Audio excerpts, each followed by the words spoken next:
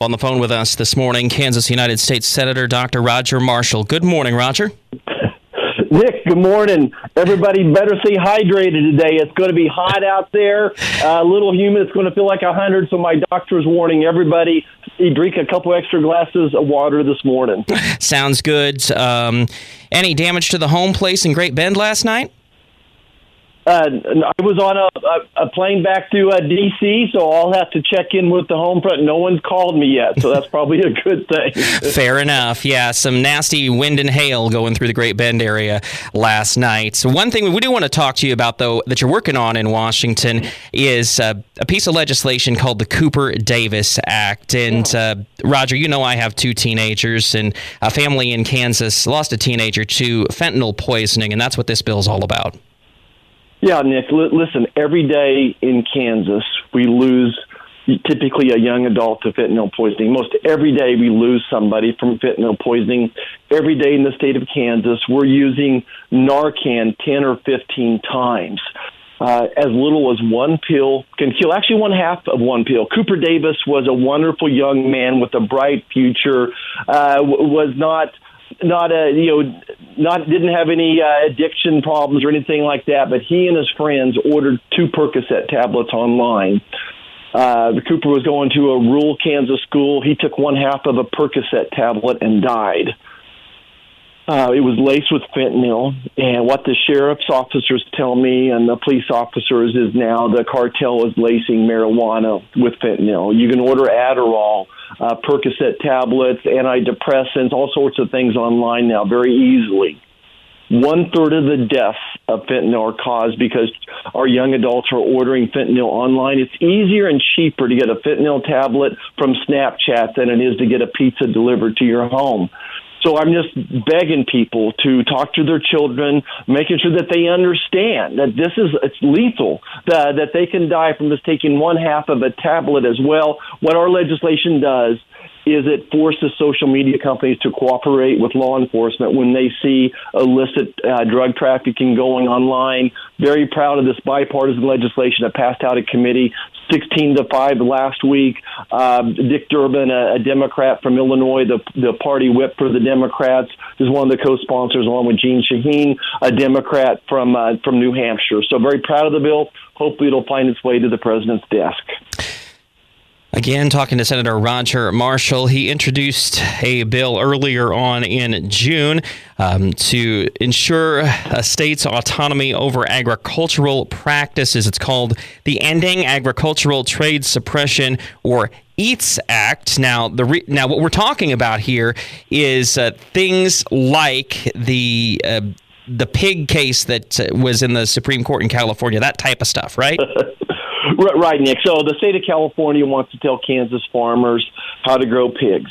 And we're not going to let them do that. We feel it's a violation of state rights, interstate commerce issues. So today, California wants us to tell us how to grow hogs. Next, it'll be chickens and cattle. And eventually, they're going to tell us how to build airplanes and how to build cars as well.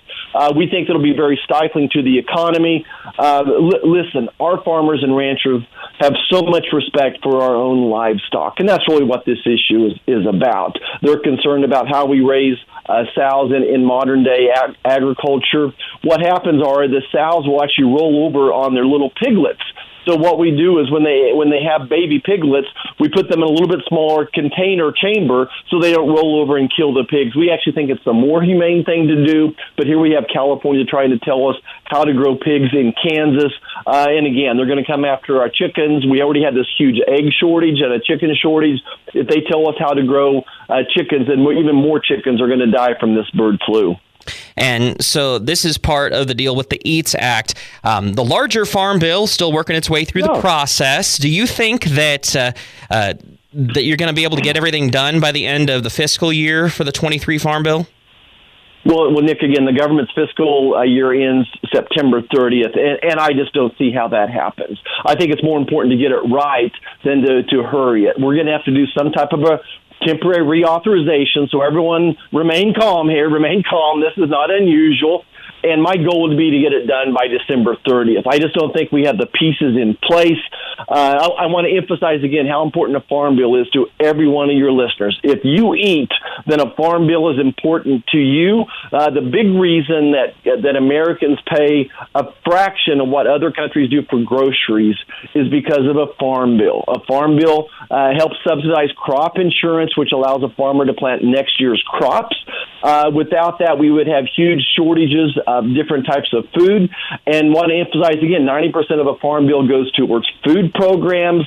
Think about WIC, think about school lunches, the Meals on Wheels programs, the senior citizens, all those types of places where you see government subsidized food programs, that's in place. Also locked in it for environmental issues and rural broadband as well, something important to all your listeners. So we want to get it right. I'm happy with the progress. We got to figure out how to pay for the darn thing, though. Well, and that's the question, I guess, Roger, is is there any appetite at all in Washington to say, hey, you know what, us writing IOUs to China isn't necessarily the way to do business? Right. Yeah, Nick, the number one long-term national security issue we face is our national debt of $33 trillion. We're going to spend $600 or $700 billion on interest alone this year. Anybody that's ran a business, whether it's running a radio station or a pharmacy, a medicine shop pharmacy there, knows that if you're paying the banker too much, you cannot have any profit. So I think that's the appetite here, at least on my side of the aisle, is what's a common sense solution to balancing the budget.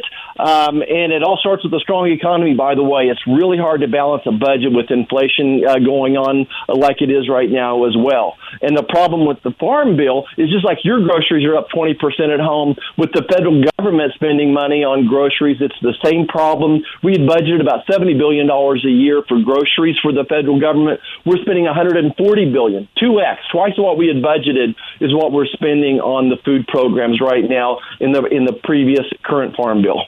Okay, so Roger, one question that wasn't on our list as we get ready to let you go, for you have a 8 o'clock meeting you have to get to, but the human trafficking issues across the country have just been huge. And there's a movie out now called Sound of Freedom. I haven't had a chance to see it, but a lot of my colleagues have. They say it's a really great film. But what is Congress doing to try to at least make sure that that the people who are doing this get caught? Well, not enough, Nick. And as you and I know, 90% of that human trafficking is coming through our southern border. When I was there this spring, the day before, the Border Patrol officers caught 10,000 illegal migrants, but 3,000 gotaways. Those 3,000 gotaways are where the human trafficking is and where the fentanyl is coming across as well. On one of my previous trips, so that's what we're doing. When I got there, I was with the Doc Caucus, and we had talked to Border Patrol, and they described the problem that they would catch a group of people, and here's this 27-year-old guy saying this 16-year-old girl was his daughter. And that would give them a free ticket into the state, to the nation, right? And, of course, that wasn't the case. So we got them DNA testing. But until we secure the border, this is going to keep happening. And, by the way, why this is important in Kansas, and I saw this in my medical practice all the time as well, is that Kansas sits on the crossroads, whether it's human trafficking or drug trafficking. There's 3 arteries that come out of Texas. They come right through the middle of Kansas, and then they split and go east and west. And that's why we see so much human trafficking passing through. And, as an obstetrician gynecologist, I would see these young girls with health problems that were being human trafficked. At least I was suspicious of it. And now I'm much more suspicious of it as well for different reasons. So we're not doing enough. It all comes down to securing the border.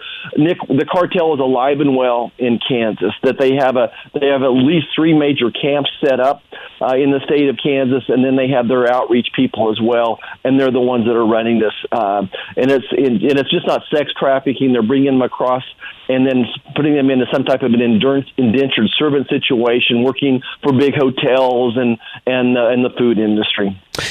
Senator Roger Marshall with us. Thank you, Roger, for your time. We sure appreciate it. Yeah, Nick, it's great to talk to you. And again, everybody stay hydrated. I'm so proud to be here. We're working hard for Kansas. Thanks so much.